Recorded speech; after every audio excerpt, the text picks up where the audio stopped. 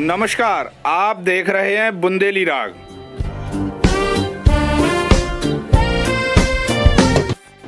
नमस्कार, आप देख रहे हैं बुंदेली राग। इस वक्त हम हैं देश के नगरीय चुनाव में और देश के सबसे छोटे शहरी संसद की चुनाव यात्रा।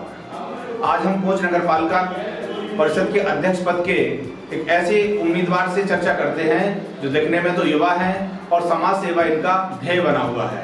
हमारे कोंच नगर के जाने माने चिकित्सक डॉक्टर संजीव कुमार निरंजन जी। नमस्कार डॉक्टर। नमस्ते।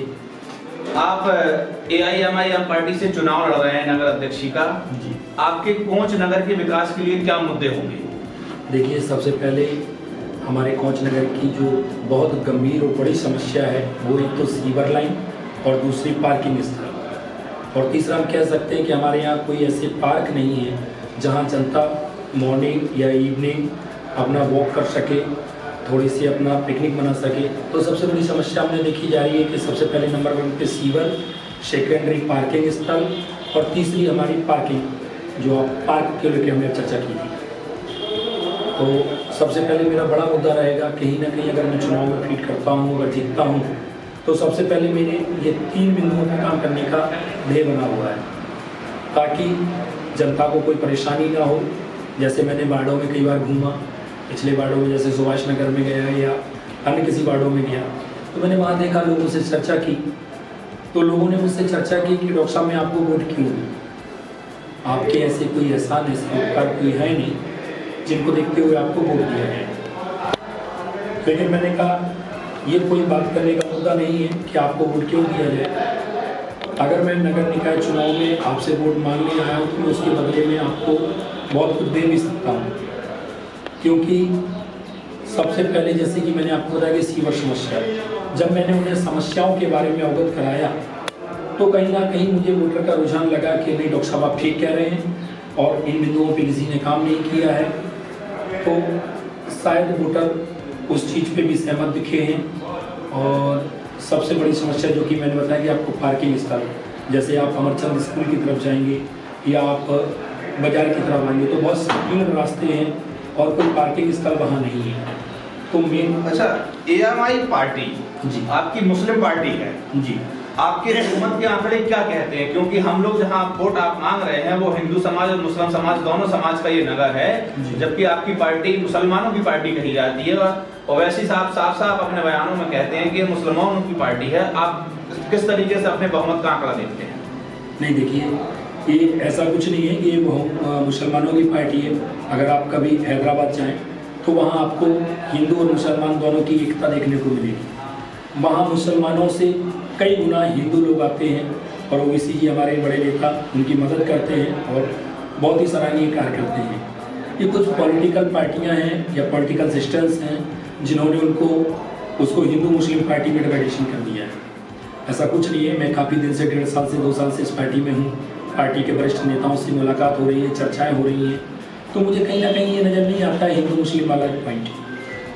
आप एक चिकित्सक हैं और कहीं ना कहीं कोंच नगर में आप अपनी चिकित्सा के माध्यम से सेवा करते रहते हैं, फिर ये राजनीति में आने का विचार कैसे आया?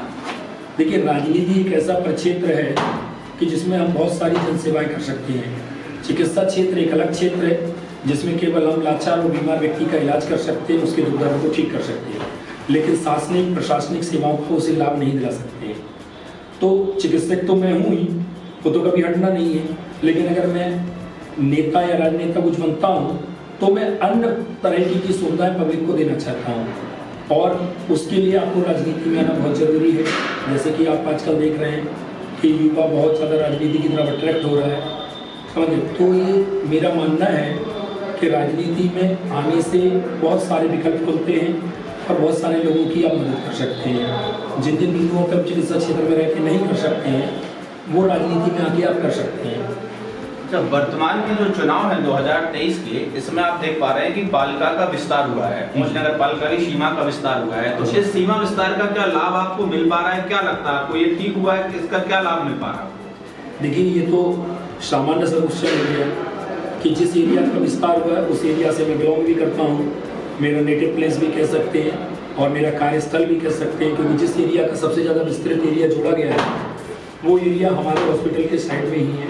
हमारा लोगों से काफ़ी जुड़ाव भी है और लोगों से व्यक्तिगत परिचित भी हैं और हमारे जाति समुदाय के लोग भी यहाँ ज़्यादा उपस्थित हैं, क्योंकि निकाय चुनाव जो होते हैं वो जाति समीकरण के ज़्यादा आधार पे होते हैं। लेकिन ऐसा कुछ नहीं है, मैं एक चिकित्सक हूँ और एक चिकित्सक सबका होता है।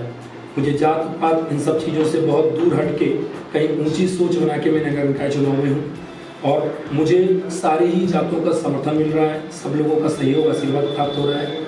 तो जिस बिंदु पे आपने सवाल पूछा कि डॉक्टर साहब ये आपका जो एरिया जो बढ़ गया है इसको जोड़ दिया गया है, तो कहीं ना कहीं इसका मुझे बेनिफिट मिलने वाला है, क्योंकि जितने भी प्रत्याशी हैं वो उस एरिया के लिए अननोन है, बहुत ज़्यादा उनका जुड़ाव नहीं है, तो अवश्य लाभ मिलेगा। अच्छा, चुनाव में आपने देखा होगा मूल रूप से शोषित वंचित महिलाओं और युवाओं की बात होती है, क्योंकि आप खुद में एक युवा प्रत्याशी हैं कोच नगर से जी, तो युवाओं के लिए क्या है आपके बारे में, आप क्या करेंगे युवाओं के लिए? देखिए, जैसा कि मैंने अपने घोषणा पत्र में कहा है कि एक चिकित्सालय और एक विद्यालय इस नगर क्षेत्र को देना चाहता हूँ, और जो मैं एक ट्रस्ट के माध्यम से निःशुल्क चलाने का प्रयास करूँगा इसको, ताकि जो हमारे युवा बच्चे हैं जो पढ़ाई से वंचित हैं तो उनको अच्छी शिक्षा मिल सके, क्योंकि जब वो शिक्षित होंगे तभी किसी भ्रष्ट नेता से या आदमी से सवाल पूछ सकेंगे, तभी वो अपनी आवाज़ को बुलंद कर सकेंगे। तो युवाओं का विकास कराना हमारा बहुत बड़ा मुद्दा है। और अच्छा, कोच नगर का एक सवाल है कि कोच नगर में जो मिलने वाला पानी है, क्योंकि अंदर काफी घनी बस्ती है, नया डेवलपमेंट हुआ वहाँ तो व्यवस्थाएं हैं, लेकिन जो अंदर पुराना कोच नगर जो बसा हुआ है वहाँ पर जो पीने का पानी आता है वो काफी दूषित पानी बताया जाता है, जिससे लोग बीमार होते हैं। क्योंकि आप चिकित्सक भी हैं, इसके हिसाब से आपसे देखा जाए या आप एक अध्यक्ष पद का चुनाव लड़ रहे हैं, इस हिसाब से देखा जाए तो इसकी क्या व्यवस्था रहेगी कि लोगों को इस दूषित पानी से बचाया जाए, उनके पीने की व्यवस्था कैसी होगी? देखिए, हम उसका टीए चेक कराएंगे और उसके जितनी भी पुरानी लाइन्स वगैरह पड़ी हैं, जितनी टंकियां हैं, उनका प्रॉपर क्लीनेशन होगा, जहां ज़रूरत होगी वहां नवीनीकरण का स्वीकृति मांगी जाएगी, और जितना भी होगा उसमें हम बदलाव करने की कोशिश करेंगे। कोई बहुत बड़ा मुख्य कार्य है लेकिन बहुत जल्दी संभव नहीं है, लेकिन हाँ, आपने चर्चा छेड़ ही दी है तो मैं आपको बता देता हूँ कि मैं उसमें भी काम करने वाला हूँ। जितना भी हो सकेगा मैं बेहतर से बेहतर करने का कार्य करूँगा कि उसमें जितना भी बदलाव हो सके कि हमारी जो आम जनमानस है, जो नगर की जनता है, वो दूषित पानी से बहुत जल्दी छुटकारा पा सकेगी। चूँकि स्थानीय चुनाव है, काफ़ी करीबी लोगों के बीच रहकर इस चुनाव को लड़ा जाता है, तमाम दल भी इस चुनाव को लड़ रहे हैं, तो लोग कहते हैं कि नगर निकाय के जो चुनाव है वो जातीय आंकड़ों पर आधारित होते हैं। आपका क्या मानना है? नहीं, मेरा ऐसा कुछ मानना नहीं है कि जातीय आधार पे, ठीक है, जातीय आधार एक सेकेंडरी आधार होता है, क्योंकि अगर मैंने कोई सराहनीय काम चिकित्सा क्षेत्र में किया है तो सबसे पहले तो मेरे पास कोई कुर्मी अकेला थोड़ी किसी आता है, मेरे पास तो सातों जात के लोग आते हैं और सभी वर्ग के लोगों से मेरा जुड़ाव है, तो कहीं ना कहीं उनका आशीर्वाद मुझे प्यार इसलिए सब मिलने वाला है। तो मैं ये जाति समीकरण को देख के तो बिल्कुल चुनाव नहीं लड़ रहा हूँ, ये तो मैं पहले आपसे क्लियर कर बोल देता हूँ। मुझे कोच नगर की जनता पे संपूर्ण विश्वास है कि वो सहयोग और आशीर्वाद की भावना मेरे साथ बनाए हुए है, तो जाति समीकरण पे अगर बात ना ही करें तो मेरे हिसाब से बेहतर रहेगा। इस चुनाव में विकास का मुद्दा कितना गर्म रहेगा, कितना ज्वलंत मुद्दा है कि विकास होगा, लोग विकास के नाम पर क्या क्या नहीं करते हैं, कैसे कैसे वादे नहीं करते हैं। आपने भी देखा होगा पिछले चुनावों में से लेकर अब तक चुनाव में ये विकास शब्द क्या है? देखिए, विकास शब्द एक अवशेषीय के रूप में शब्द है जो कभी भी विलुप्त हो सकता है। ये निर्भर करता है कि आपने नेता कैसा चुना है। अगर आपके नेता का मनोभाव बहुत अच्छा है तो विकास भी आपका बहुत अच्छा होगा। लोग आते हैं या वादे तो बहुत करते हैं, घोषणा पत्र तो बहुत जारी करते हैं, लेकिन ये कंपलसरी नहीं होता है कि फिर वो जनता की सुने। लेकिन मैं यकीन दिलाता हूँ कि मैं ये चुनाव अपने लिए नहीं, जनता की आवाज़ बनने के लिए लड़ रहा हूँ, और उन विकासों के लिए मैंने एक समीक्षा की है कि मैं हर 15 दिन में एक जनता दरबार लगाने वाला हूँ नगर पालिका में, जिससे लोगों की समस्या मेरे तक चाहे पत्र के माध्यम से, चाहे डायरेक्ट मुखार बिंदु के माध्यम से मुझ तक पहुँचें और मैं उन समस्याओं का निवारण कर सकूँ। क्योंकि कई बार वार्ड मेंबर इन सब चीज़ों को गुमराह करके रखते हैं, वो केवल अपने मतलब के अपने वोटर पक्षों के दरवाजों तक कार्य कराना चाहते हैं, तो सामान्य व्यक्ति नगर पालिका के कार्यों से वंचित हो जाता है। तो मैं डायरेक्ट जनता दरबार लगाऊंगा 15 दिन में, और इसमें कुछ चुनिंदे युवा जो बेरोजगार हैं उनको भी कार्य में लगाऊंगा, ताकि वो इस नगर की जनता की सेवा कर सकें और डोर टू डोर नगर पालिका की जो सुविधाएं, मूलभूत सुविधाएं हैं वो उन तक पहुँच सकें। डॉक्टर संजीव कुमार निरंजन की चुनाव में आने से विरोधियों में या विपक्षी दलों में किस प्रकार की हलचल है? काफी उथल-पुथल देखने को मिल रही, क्या कहेंगे आप? देखिए, इस चीज़ पे मैं कुछ बहुत ज़्यादा नहीं बोलूँगा, क्योंकि मैं ही खुद न्यू कमर हूँ।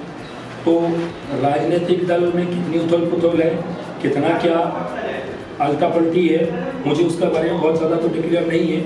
मैं केवल अपना चुनाव लड़ रहा हूँ और मैं व्यक्ति विशेष पे बहुत ज़्यादा ध्यान नहीं दे रहा हूँ कि कौन राजनीतिक दल किस तरीके का सोच रहा है, किस तरीके का कमेंट्स कर रहा है, कितनी राजनीति कर रहा है। क्योंकि मुझे अपनी यहाँ पहुँच की जनता पे संपूर्ण रूप से विश्वास है कि वो हमारे साथ है, तो उनका आशीर्वाद हमको मिल रहा है।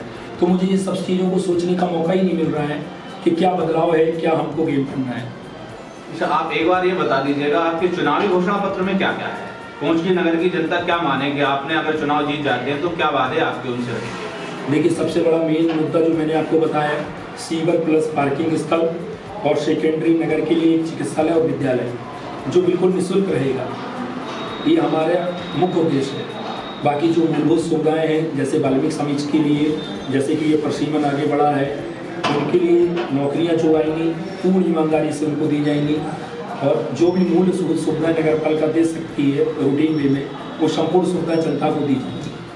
तो ये थे हमारे साथ IIM के प्रत्याशी नगर पालिका कोंच से डॉक्टर संजीव कुमार निरंजन, जिन्होंने अपनी बेबाकी से बात रखी और निश्चित तौर पर जनता से ये कहा कि हम अगर यदि अध्यक्ष बनते हैं तो नगर के विकास के लिए अपनी जी जान लगा देंगे। कैमरामैन पुष्पेंद्र के साथ रोहित राठौर, बुंदेली राग।